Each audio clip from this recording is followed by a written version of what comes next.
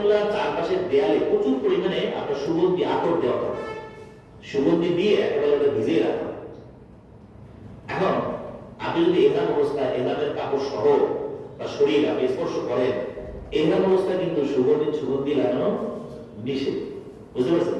তাই সেই বিষয়টা কিন্তু চলে আসতেছে। এই জন্য এই বিষয়ে সতর্ক থাকতে হবে। হ্যাঁ, আপনি হাত দিয়ে শুধু স্পর্শ করবেন এই চারটি জায়গাগুলো, সেগুলো আপনাকে ওই যখন মোয়াল্লেম থাকবে তখন। আর আরেকটা জিনিস মনে রাখবেন, পাথরের চুমা দেওয়া কিন্তু ফরজ, ওয়াজিব, সুন্নতের মধ্যে না, এটা মুস্তাহাব।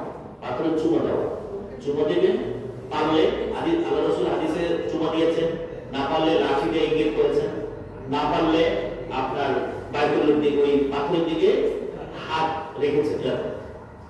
সুতরাং অনেক আছে যে বাইতুল্লাহ চুমা দিতে পারলাম না, যাই হোক মানুষকে যত কষ্ট দিয়ে হোক, ছেলে চুলে হাড় গোড় ভেঙে হলো দিয়ে চুমা দিতে হবে, এই মানুষগুলো ঠিক নয়। অনেক মা-বোনরা আছে, দেখা যায় যে সে চুমা দিতে গিয়ে সে অসুস্থ হয়ে পড়ে।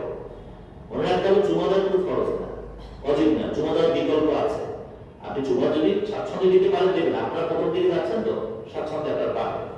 এরপরে আপনার না হলে হাত দিয়ে ইশারা করবেন, এতটুকু যথেষ্ট। আপনি দূর থেকে হাত দিয়ে ইশারা করবেন, তাহলে যথেষ্ট। অর্থাৎ ওখানে আপনার সরাসরি চুমা দিতে পারলে দিবেন, না পারলে না, কিন্তু দিতেই হবে। মানে আপনার আরেকজনকে কষ্ট দিয়ে, এটা কিছু মানুষ আছে যেমন ওই যে অন্য দেশের লোকজন আছে, তাদের শরীরে শক্তি বেশি থাকে, ফলে দেখা যায় যে ওরা যখন যাওয়া শুরু করে সামনে দু চারজন লোক টিকে যায়।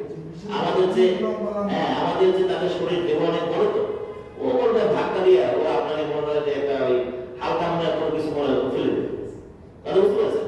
এর সাথে আপনি এরকমের মানে আপনার শরীর হাত পাও ব্যথা করার কোনো মানে দরকার নেই। হ্যাঁ, বুঝতে পারছেন?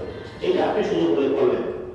তাহলে ইহরাম হলো, তাহলে আপনার আচ্ছা এবার আসি ওমরা। ওমরা হলো তওয়াফ করা সাতবার তওয়াফ করলেন, আপনার মোয়াল্লামের সাথে থেকে তওয়াফ করবেন। এরপর আপনি এই ডান দিকে সাফা মারওয়া, তো সাফা এবং মারওয়া এর মাঝখানে এরকমের আপনি সাফা থেকে শুরু করবেন, মারওয়ায় গেলেন, মারওয়া থেকে আবার সাফা আসবেন, এই হলো এক চক্র।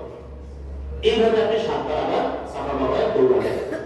হ্যাঁ, এক্ষেত্রে স্বাভাবিকভাবেই আপনি হাঁটবেন, মাঝখানে একটা সবুজ চিহ্নিত জায়গা আছে, লাল বাতি দেওয়া আছে, এবং সেই জায়গায় আপনি একটু দ্রুত হাঁটবেন। মানুষের জন্য দ্রুত হাঁটার নিয়ম নাই, তারা স্বাভাবিক গতিতে কি হাঁটবে। ডিসটেন্স কত সাফা মারওয়া তো 150 মিটার হবে মনে হয়, এরকম হবে। এক্স্যাক্টলি আপনি পাবেন না, কোথাও ইয়াতের মধ্যে পাবেন। আর হলো সাফা মারওয়া যে দৌড়ায়, এইটার 5টা ফ্লোর